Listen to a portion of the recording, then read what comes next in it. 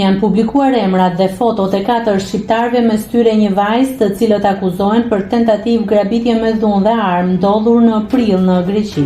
Ata janë Romeo Qosja, Lefter Toci, Mariol Toska dhe Fatbar Dashej. Ndaj tyre është ngritur procedim penal për tentativë grabitje seriale të armatosur dhe të dhunshme.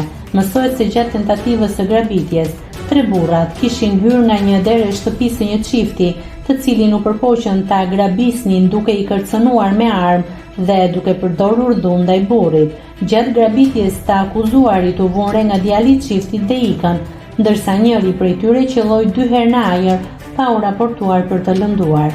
Një operacion i koordinuar policor u organizua për të arrestuar të akuzuarit, gjatë të cilit një automjet në të cilin udhtonte akuzuara femër u gjet në kryqëzimin Sykja dhe u ndalua nga policia, ndërsa 2 të akuzuarit meshkuj u fshehen në bagazh dhe u arrestuan. Në të njëjtën kohë, akuzuari i 4 u gjet në një shtëpi me qira.